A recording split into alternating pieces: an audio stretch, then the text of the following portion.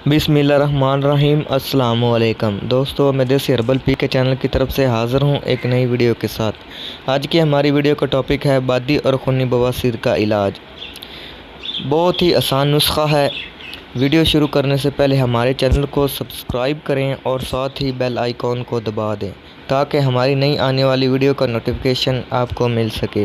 बादी और खूनी बवासीर का इलाज दोस्तों, आपने 3 चीज़ें लेनी हैं। आपने कलौंजी लेनी है, आपने सरसों के बीज लेने हैं और मगज़ नीम लेनी है।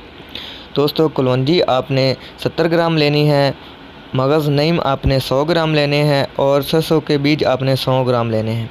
दोस्तों, तमाम चीज़ों को इकट्ठा करके आपने इसका सफ़ूफ़ कर लेना है और इन्हें 500 मिलीग्राम कैप्सूल में भर लेना है। पहले 2 दिन आपने कैप्सूल 3 टाइम खाने हैं पानी के साथ, फिर आपने 2 टाइम कर देने हैं। इंशाल्लाह ये खूनी और बादी बवासीर का मुकम्मल इलाज है। इस नुस्खे से आपके पेट में कीड़े भी होंगे वो भी हलाक हो जाएंगे और ये कब्ज़ के लिए भी बहुत मुफीद है।